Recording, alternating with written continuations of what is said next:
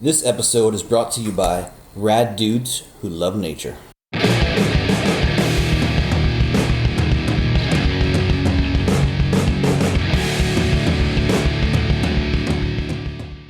Nature isn't out there someplace. You don't have to go to national park. You don't have to go to forest. It's always all around us.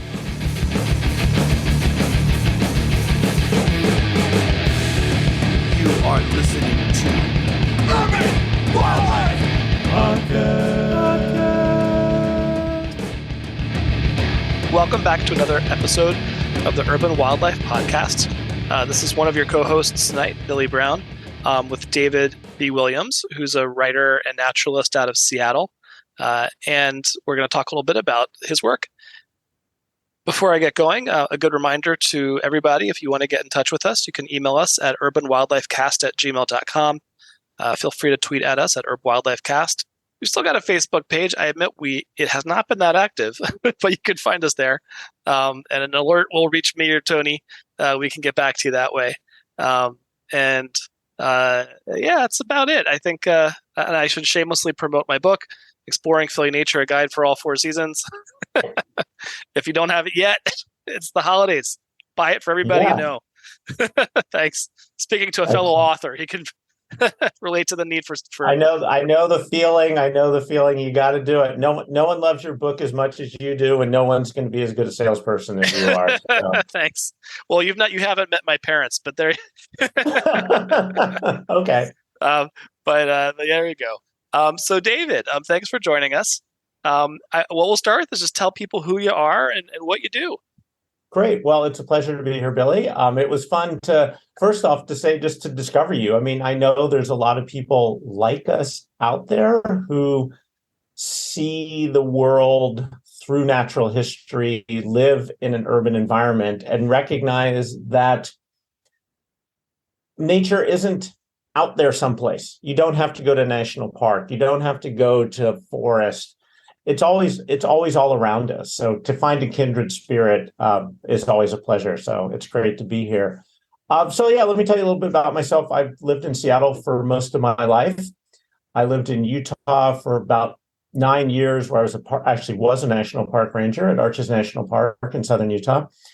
And one of the things I did when I was there and really sort of got me thinking about this subject was working with people come into the parks and they ask all sorts of questions. What's that bug? Why is the rock red? What's this? What's that? And I would always encourage them to actually ask those questions when they got back home. And exactly what I just said, the stories of nature in a city are just as interesting as any stories of nature in a national park. And I would actually argue, even though I lived in southern Utah, that the geology of Seattle is much more interesting than the geology of Utah. Southern Utah may be incredibly beautiful, but it doesn't have that dynamic that we have earthquakes and landslides and volcanoes. You might consider that scary. I consider it interesting. So that's sort of where I got into it, was thinking about being in a national park. And then I moved to Boston with my wife, and we went from a population density of like 2 people per square mile to 20,000 people per square mile. And I lost that connection to nature until one day I was on the Harvard campus and walking around and looking at the buildings. And one of the older buildings on campus has this beautiful base of what in the East Coast you call brownstone, but in southern Utah we call red rock. And I remember going up to the building and rubbing it and having this accumulation of sand in my hand and having this epiphany that, the brownstone and the red rock are the same thing. And that's sort of an entryway, sort of my gateway drug into urban nature was. And I'll say the brownstones, it's such a common stone that in Philadelphia they use the term, but I think of it especially in New York, it just refers to a kind of building. Because that kind of sand, was it sandstone? I'm assuming it was used it's so much sandstone, in the facades of sort of taller row houses or townhouses I presume at the end of the 19th century or so. Yeah, exactly. They were all over Boston, New York, Philly. I mean, up and down the eastern seaboard, they had that. And much of the rock was quarried in Connecticut or New Jersey, 200 million year old sandstone, which is coincidentally about the same time period as sandstones being deposited in much of southern Utah. They have no relationship to each other except that they're sand with a little bit of rust in them to make them red, or brown in the East Coast, red in the Utah. So, but that's what got me into trying to really connect more with urban nature. Nice. Yeah, I think I've I don't know if I've ever had this describe my own process in this podcast. It's been a really long time if I have, but I know for me it was it was specifically looking for reptiles and amphibians. People who are listening to this might not already be fans of mid 20th century reptile and amphibian like literature memoirs. Shocking. I know. Snakes, the Keeper and the Kept. Works by by Caulfield and Pope and all these people who herpetologists or people who are into snakes would know. But there's all these books about people who are maybe they're working for zoos. They're going out like around the four corners of the planet, collecting interesting stuff and bringing it back. And so there's all these adventures out in impressively distant and different places, and catching just the coolest things you could catch. And I was living in Philadelphia, and I'm looking around. I'm like, well, I'm catching some snakes here. Why isn't anybody writing about this? And that got me starting a blog, which is still up there, even though I haven't written anything in it for 10 years. But phillyherping.blogspot.com. And so little by little, I was like, I could find snakes and salamanders in the city. I'll keep doing that and keep writing about it. It's and pretty soon, even though I'm going to guess you still go, David, you still go on vacations. Outside of Seattle. Mm-hmm. But occasionally, rarely, but yes. But you don't turn it off when you get back to Seattle, Yeah, absolutely. I mean, and I think it's exactly the same thing that you felt, Billy, in the sense of it's out there, and I'm sure there are other people writing about, but I hadn't come across people writing about this sort of idea of building stone geology, that you could tell the story of a place, both the natural and human history, merely by looking at the stone that's used in an urban environment. And to me, that was just, again, a fun way to connect people to place. And that's, I think, what we're both doing. We're trying to help people develop relationships and connections. Thinking that I've read some, I was trying to think of what the names were of the folks, but I feel like Seattle's become like a hotbed of urban nature writing. You've got, I'm just double checking names, Kelly Brenner. Kelly does a lot of great stuff here. Yeah. And then what's the person who wrote Crow Planet? Lyenda Lynn Haupt. There you go. So sort of in the burgeoning field of urban nature writing, Seattle's a fun place to be. Yeah, and I think there's a lot. I think it's people are so aware of the outdoors here, and being surrounded by mountain chains and having a big salt water body to the west of us, having fresh water to the east, at least east of where I live right now. It's just there's so much natural history around that you can. I mean, I've been lucky enough. It hasn't happened recently, but to wake up in the morning with bald eagles calling in the trees next to our house. And we don't live in any place special. We just happen to have a really nice grove of trees, our yard and a couple north. But to wake up to the call of bald eagles, that's pretty astounding and inspiring and a wonderful thing. It is. It is. And they have a funny call too. They don't sound as they never sound as majestic as we want them to. Exactly. Yeah. I always think of it sort of as unctuous squeaking, and like oil that bird. And I just think of sort of a giggling chicken or something like that. Yeah. If you're thinking of popular movies, what the audio folks tend to do is swap in a red-tailed hawk call whenever they show an eagle. because red-tailed hawks have like the coolest cry of any bird there is. And the eagles, it doesn't quite match their appearance, their majesty. Right. And I don't think it actually makes a difference what the bird is. They're going to substitute in a red-tailed hawk. Exactly as you said, they have such a great call. And it's just, anytime you do it, I mean, I'm sure you're like me. Yeah, you pick up on that. Like, okay, there's the red-tailed hawk. They'll be in the Amazon. It's a red-tailed hawk. They'll be in Antarctica. It's a red-tailed hawk. I mean, come on, people. It's not that hard. It isn't. No, and it happens to me a lot with frog calls. Is that if it's a nighttime scene anywhere in the world, I'll be listening. Like, does that sound right? Is that a spring peeper in like Vietnam? Right. And so you can't blame them too much. It's they're trying to please 99.99% of the population, and we're in the other 0.001%. You've written about a bunch of stuff, but one of the things that caught my eye, I guess coincidental with me learning more about Philly geology in my little corner of the world, which is a lot more boring. We're Philly's on the coastal plain, which doesn't have a lot of rock at the surface because it's mostly sediment that's been relatively recently deposited. And then we're on the Piedmont. We're on the Wissahickon Schist Formation, which is a whole lot of beautiful but metamorphic rock of a couple types mostly. Schist, which is kind of like wavy but flakes apart really easily and has a lot of shiny mica in it, so it can be kind of pretty. And then gneiss, GNEISS, which is kind of wavy and pretty. But I was thinking about that when when I was reading a little bit about your work. I was thinking about how I grew up in Central Ohio, where I think they probably use a lot more limestone. And once you get into limestone, you get into more interesting marine fossil possibilities.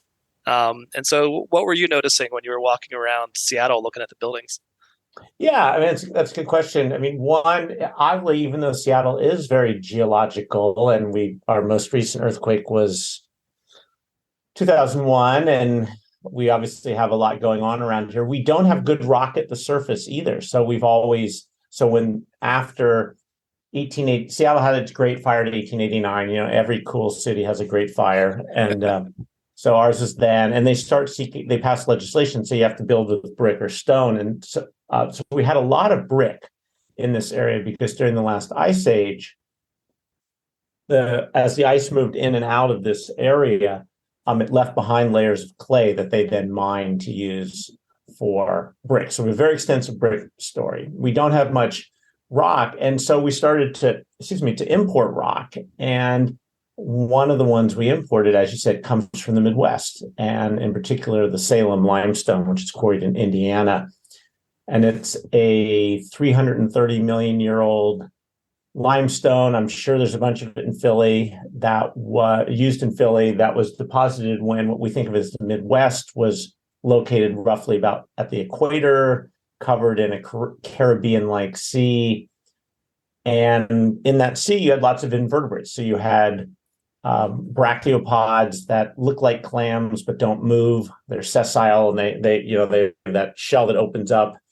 There are bryozoans, which are a colonial animal, looks sort of like a rice check cereal, that same sort of similar size. Lots of what are they called? Escape me. Crinoids, which looks like a sea star on a stem. And so when you look at those buildings, you will find the fossils in them. You'll find the crinoids, the bryozoans, you'll find corals. It's pretty amazing. I mean, I lead building stone walks in Seattle, and we don't have great Salem limestone. I'm betting that you all have much better Salem limestone than we do in terms of more fossil rich. And it's just, it's stunning. You talk to people, I've taken people out who've been walking by a building for 20, 30 years, 1,000, who knows how many thousand times they've walked by it and never stopped to look. And it just opens their eyes up. And so we have those. We have a German limestone that started coming in about the 1990s that has big ammonites, which look like I'm not sure why I'm showing that to you. Look like a big cinnamon roll cut in half. Those are pretty, and also has corals and sponges in it. That's started to be used. There's a Texas limestone that I have no idea why it's up here, but that has some nice fossils. It's fairly young. So yeah, there's lots of fossils in buildings, and fortunately, there's a bunch of people who've been looking at them all over the country. You'll come across websites of people who've like, oh, here's the fossils of Washington D.C. or Boston or Seattle. So they're definitely out there. People who are looking. I know it's poor form to Google in the middle of a conversation, but now I have to look. Building fossils. Yeah, there's a couple of websites I think that are devoted to it, and of Philadelphia, but the nothing comes up. I'll have to look more into that. I'm guessing if there are any, there's got to be Salem or Indiana limestone. It's called Salem limestone, Indiana limestone, Oolitic limestone. No, in Bedford my head, limestone. I'm thinking through what building facades I could think of. Like, we have a lot of brownstone. We've got a lot of the schist and then more the gneiss that occurs around here ends up as walls, but not in like nice sheets or nice big blocks that you can. And also that the metamorphic rock doesn't have much in the way of great, I think, fossils that you could find. Yeah. And then people have used serpentine. Yeah. Which we have a couple, which pops up here and there.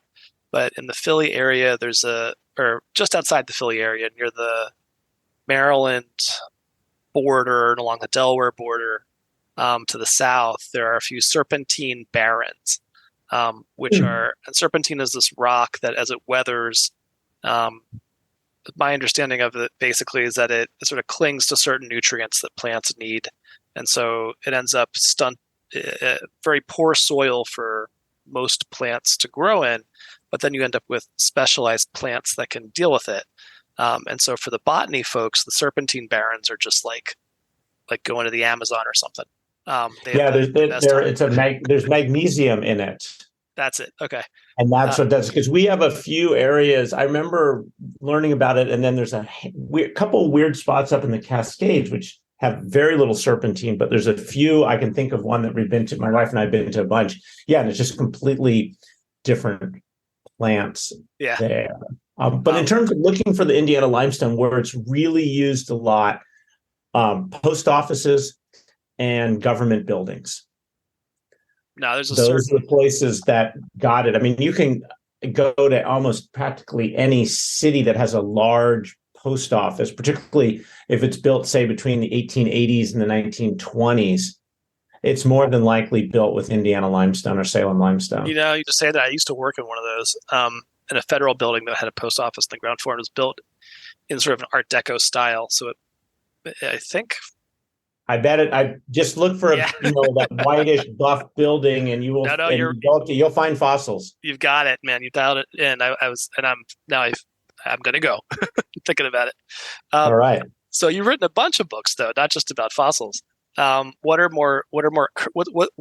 got you interested these days? What are you thinking about?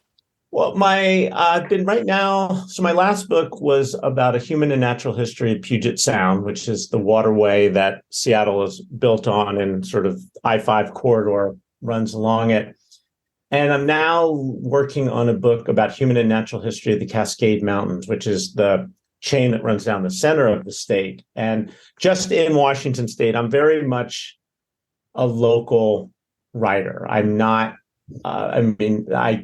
the Cascades go from Canada all the way to California. And I'm not necessarily disinterested, but I'm not necessarily interested in those places. So I'm really focused on that. So right now, I've been working on a chapter about mining in the Cascades and looking at both how post-European settlement came in and mined the mountains, but then looking at indigenous use. And there's a mountain pass north of here that has 10,000 years of human use in that pass. And so I'm writing about that.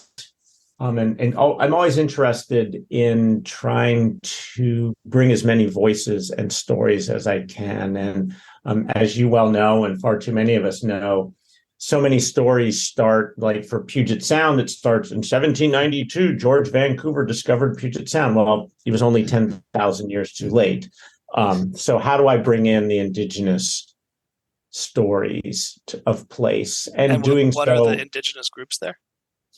there's a variety. We have something like 25, I forget the number of officially designated tribes in the Puget Lowland. Where we live right now, there's a couple different groups. There's the Muckleshoot tribe, which is a little bit south.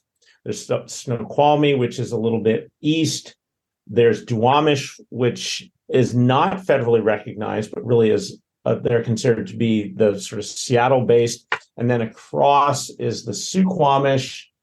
So it's very complicated here with the overlay. And this area is prehistoric. Didn't have any tribes. There weren't. It was more watershed family based, and the tribes came into existence with the treaty process in the 1850s when the state and federal government had to figure out a way, how can we take all this land? And the only way you can take the land is if you can find someone to be designated as a chief to sign it away. So sadly, those tribes also, or the treaties, interestingly enough, have given the tribes a lot of power also now.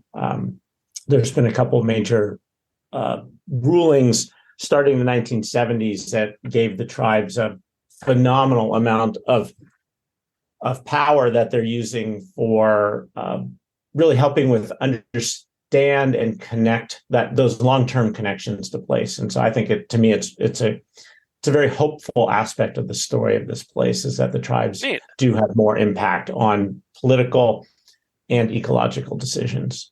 Wonderful. And so for people who haven't been to Seattle, and you as someone who lived elsewhere and then moved to Seattle, what are some of the we'll start with wildlife. What are sort of the animals of the city that aren't that might surprise you for coming from Utah or Boston? Everybody's got crows, right? But what do you have? We've got crows. We've got an abundance of crows. That's not an issue. I think one, as I said earlier, bald eagles. I mean, there's something like, I think during the breeding season on the order of, in this area, in the Seattle lowland, Seattle sort of King County, over 100 bald eagles around here. So you see them all the time. You see bald eagles all the time. You see red-tailed hawks all the time. And we were just in our backyard a couple days ago, and a barred owl flew through the yard. And I've heard the barred owl, and that's a little bit weird or problematic, sort of, because with human disturbance, barred owls have expanded their range. And so they were not, quote unquote, naturally here, whatever that means. So that's a big one. Slugs, in particular, because in the West Coast, they've sort of muscled out the spotted owls, correct? Correct. Yeah, they've been muscling out the northern spotted owl, so that's been problematic. Yeah. We have an animal called a mountain beaver. That's a little rodent. I was so hoping you'd mention the mountain beaver. Yeah, they're pretty widespread. I actually need to do more research on them. They're an interesting little animal. But they're not, so people know they're not like beavers. Castor canadensis is like this. Is a big 60-pound animal with a flat tail. Right. Lives in the water. These are like a small cat. I mean, these are pretty small, probably just a few pounds. Not like beaver. And we do actually have lots of beaver. The beaver have returned to Seattle. They're pretty. You start seeing there's so many creeks here, and they've started to become more widespread.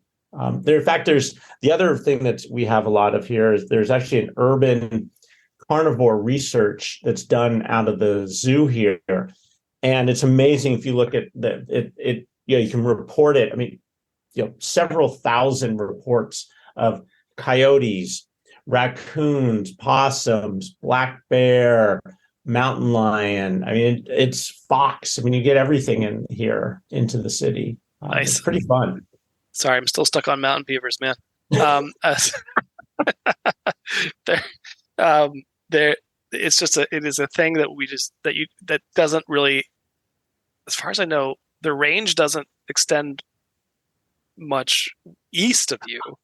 I don't know. I mean, that's a good question, Yeah. Billy. You're now going to sort of like cause me to have to look up more about them. I mean, I know enough that I can usually say, oh yeah, those are probably mountain beavers, but who knows if I'm sticking my foot in my mouth? I'm going with it right now, but All right, no, that's cool. I think they're ranged into California, but they're just like it's what I'm saying. Like there aren't in Philadelphia, we don't have many things that are just in our area.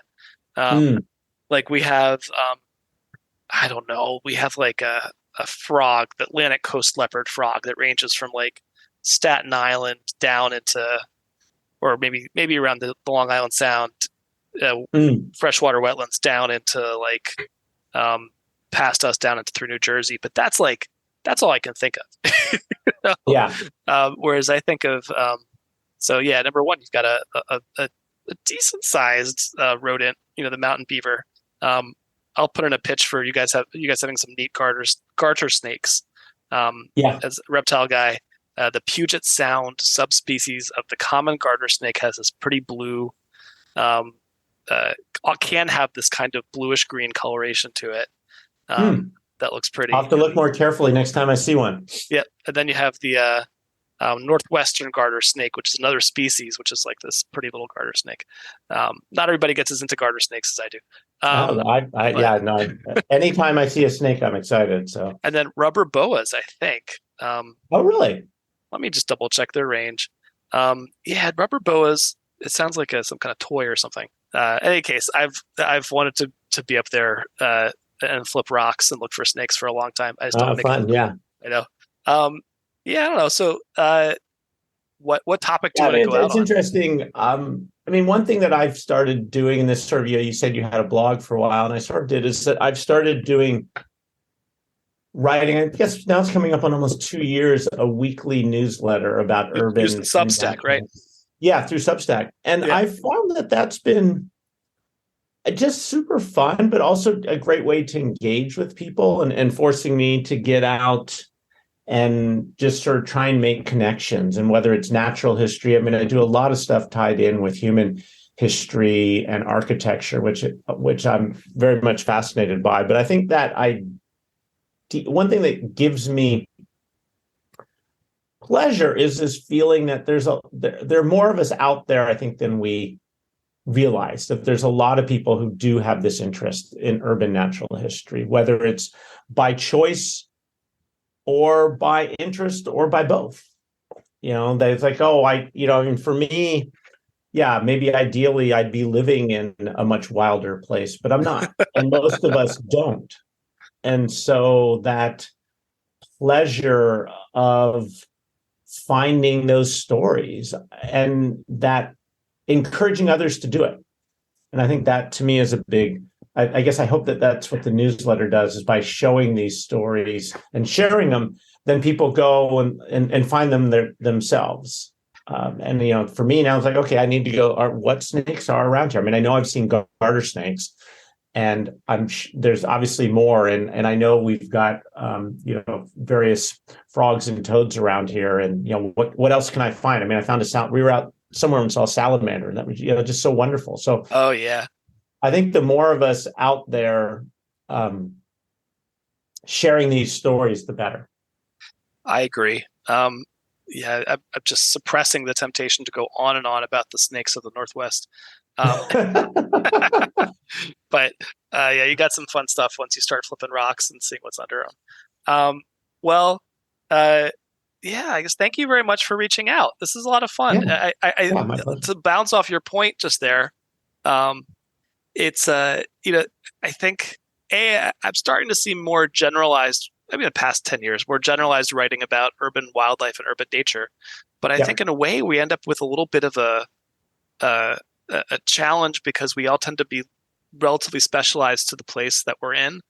Like you and I are respectively are writers about our respective cities and areas. And And so in one framing of it, a Philly nature writer and a Seattle nature writer don't necessarily share a category. It's the urban part does bring us all together, but it can take sort of picking your head up and looking around, from to spot each other. No, exactly, and I think that's a good point. And I also think it's that we each bring our own speciality to it. Obviously, I see the world more through a geological lens. You're seeing it more through your herpetological lens, and I think that's what's great is that I think you can, even though I am writing about my place and you're writing about your place, I guess I'd like to think that the stories of art are of interest, but also inspire others to seek them out. Yeah. And hey, in that inspiration vein, how can people subscribe to your Substack? The simplest way is probably going to my website, geologywriter.com, and there's a direct link. It's on that. It's a free newsletter. It comes out every week. And I'm all over the place. Last week's was about what I called nano habitat of snow, of walking up 100 feet in elevation and seeing the difference between my house where no snow was being deposited and just going up 100 feet in elevation and snow being deposited, and thinking about, wow, that's pretty cool. Just the variation of the landscape too. And again, urban is not like anything. It's not one place. It's filled with microhabitats. Yep. Very true. All right. Well, thank you very much. I hope everybody checks out your website and your Substack, and also your books. Again, holiday season. If you know someone in the Northwest, we got some books, you can get them. Yeah. All right. Well, thanks a lot, and have a good night. You too. Be well. Thank you.